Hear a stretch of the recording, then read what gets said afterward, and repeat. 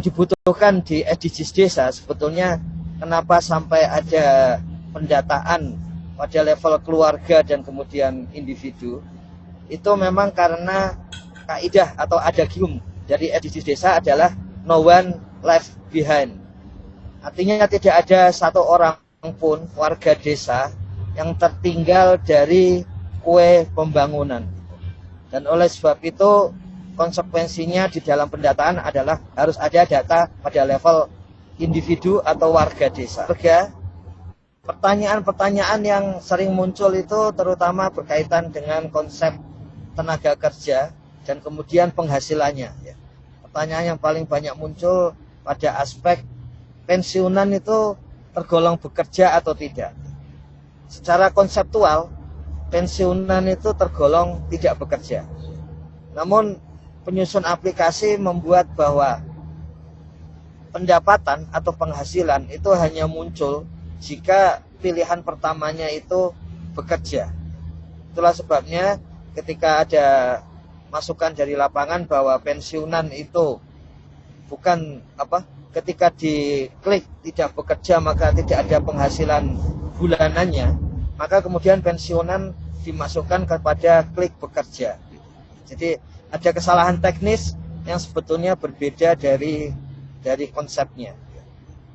Kemudian kalau kita lihat lebih lanjut, pas kita masuk di dalam aplikasi SDGs Desa, kami menyarankan menggunakan versi 1.8. Apa bedanya dengan versi sebelumnya? Kuesionernya sama, sehingga menggunakan versi yang lama pun bisa. Mengapa kemudian dirasakan yang versi lama, versi 1.1 sampai 1.6 ya? Sebetulnya di internal kami ada 1.7, itu lama, terasa lama, karena sebelum data masuk dari Android ke dalam server sistem informasi desa di Kementerian Desa, itu di sana ada aspek mencek apakah data yang ada di dalam server sudah sampai puluhan ribu, kemudian sampai ratusan ribu, apalagi sekarang sampai jutaan. Itu mencek satu persatu menjadi lama bagi Android gitu.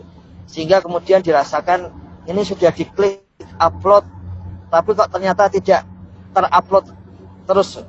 Sebetulnya Androidnya sedang bekerja mencek apakah ada data yang sama. Nah, di dalam versi 1.8 mencek melalui pendata itu merasakan bahwa 1.8 lebih cepat. Karena memang proses untuk mencek lewat Androidnya dihilangkan.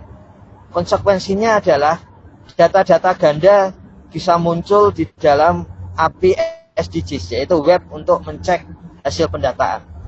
Kemudian bagaimana mitigasinya? Kami atau berdasarkan masukan dari lapangan, maka tetap digunakan versi 1.8, kemudian ditambah fasilitas admin desa bisa mendelete. Kemudian ada fasilitas nanti pada saat pengolahan di akhir Mei, itu bahwa semua data yang double, yang belum sempat di-delete oleh admin desa, itu kemudian akan di-delete otomatis oleh sistem, yaitu data-data yang masuk lebih lama akan di-delete, sementara data yang paling akhir, yang double, tapi waktu pemasukannya paling akhir, itu yang masih ada di dalam web pendataan. Kalau kita lihat di entry survei individu, itu di bagian atas ada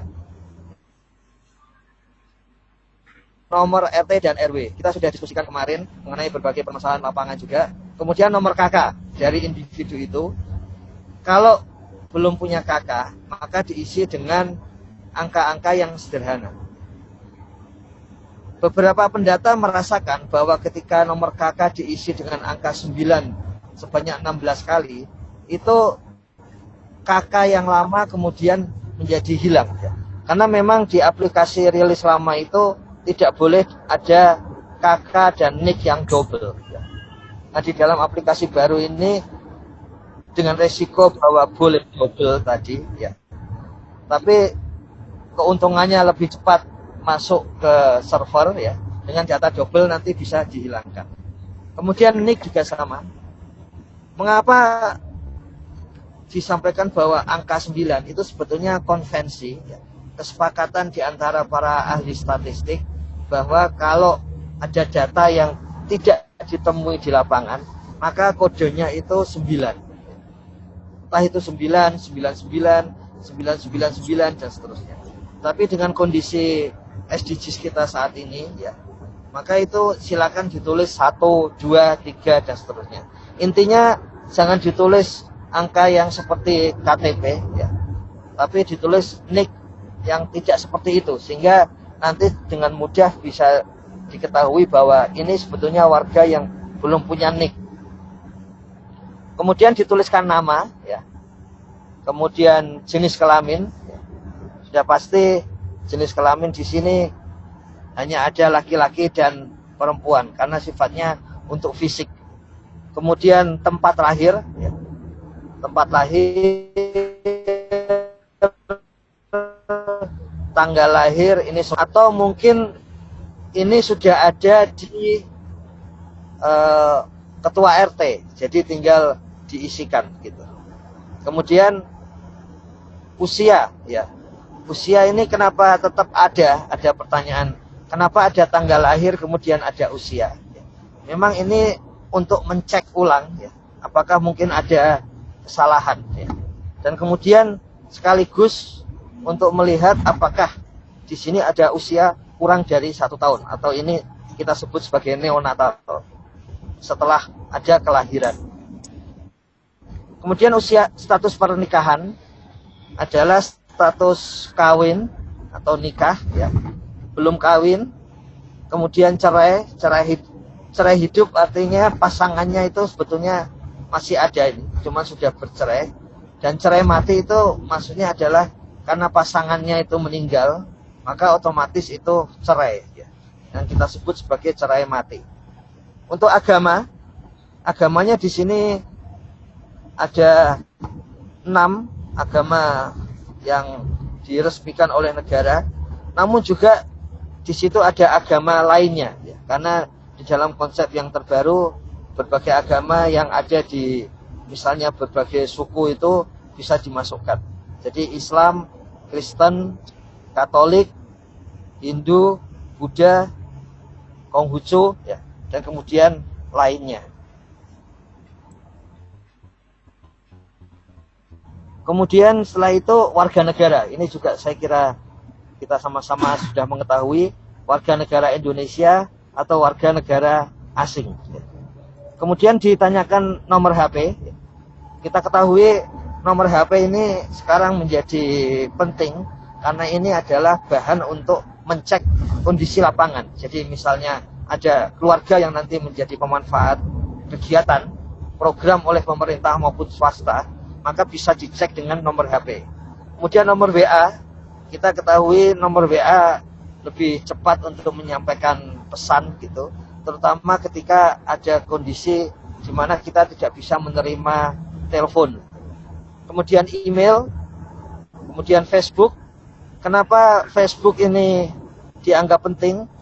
Karena menurut APSI ya, Asosiasi Pemberi Jaringan Internet itu disebutkan bahwa di pedesaan yang dominan itu Facebook. Jadi maka Facebook menjadi penting. Kemudian Twitter ya. Twitter juga penting karena tren kenaikan laju ya. Laju internet di desa itu adalah Twitter dan Instagram. Jadi kembali kami sampaikan untuk berbagai pihak, Kementerian Desa akan berupaya untuk memfollow ya, baik itu Facebook, Twitter atau Instagram lembaga di desa maupun warga desa ya. Kemudian ditanyakan yang terakhir, apakah aktif menggunakan internet sebulan terakhir. Jadi kerabat desa sekalian, pertanyaan kepada desa ya, level desa, pertanyaan pada level RT itu isinya adalah terutama layanan kepada warga desa, layanan kepada keluarga desa. Kemudian pertanyaan pada level keluarga dan pertanyaan pada level individu itu sebagian besar isinya adalah bagaimana manfaat layanan tersebut ketika digunakan oleh keluarga atau oleh warga. Itulah sebabnya, ini contohnya, ada pertanyaan apakah aktif menggunakan internet sebulan terakhir. Jadi ini untuk menyebutkan bahwa meskipun ada layanan internet di tingkat RT, tapi apakah warganya, warga RT tersebut, yaitu individu dan keluarga, itu menggunakan layanan internet tersebut. Jadi ini gunanya untuk itu. Kemudian berikutnya adalah soal pekerjaan. Ini adalah konsep tentang pekerjaan. Jadi kalau kita mencek mengenai angkatan kerja dan kemudian orang yang bekerja,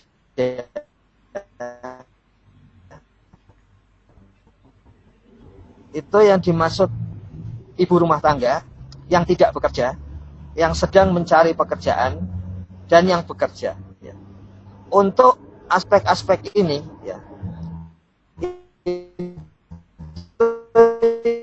yang terutama dilihat adalah anggota keluarga yang berusia 15 tahun ke ini.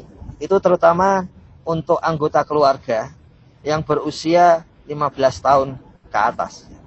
Kira-kira 10 tahun yang lalu, itu konsepnya adalah yang berusia di atas 10 tahun. Tapi hari ini konsepnya adalah yang berusia di atas 15 tahun. Bagaimana kalau kami sudah terlanjur mengisi padahal warga itu ternyata berusia di bawah 15 tahun, tidak apa-apa. Nanti pada waktu pengolahan, nanti otomatis hanya akan diambil yang berusia 15 tahun ke atas.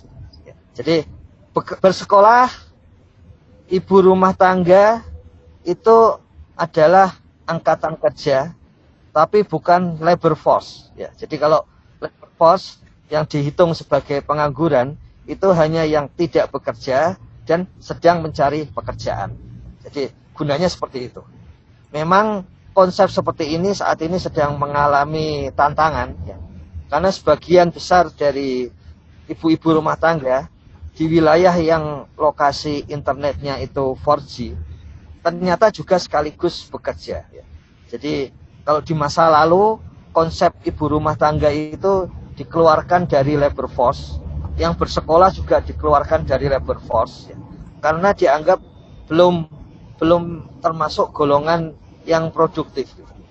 Kemudian yang tidak bekerja dan sedang mencari pekerjaan, ini golongan produktif tapi bekerjanya tidak bisa atau tidak full. Kemudian yang terakhir adalah yang bekerja. Jadi di sini untuk melihat konsepnya adalah konsep angkatan kerja. Tadi di awal sudah kami sampaikan bahwa tim teknis ketika menyusun aplikasi ini membuat bahwa hanya yang bekerja yang kemudian sebagai pertanyaan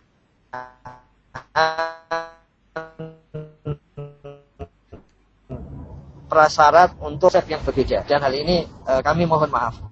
Kemudian ketika ditanyakan pekerjaan utama, pekerjaan ketika bekerja itu ada listnya, ada listnya. Kemudian ditanyakan mengapa ada pekerjaan utama. Seperti kemarin sudah disampaikan bahwa lazimnya warga desa itu memiliki berbagai jenis pekerjaan, bukan sekedar warga desa, tapi itu adalah khas untuk Indonesia yang memiliki berbagai pekerjaan dan kemudian berbagai penghasilan. Kemudian di tiap memiliki jaminan sosial ketenagakerjaan. Ini boleh BPJS ketenagakerjaan atau asuransi ketenagakerjaan yang lain.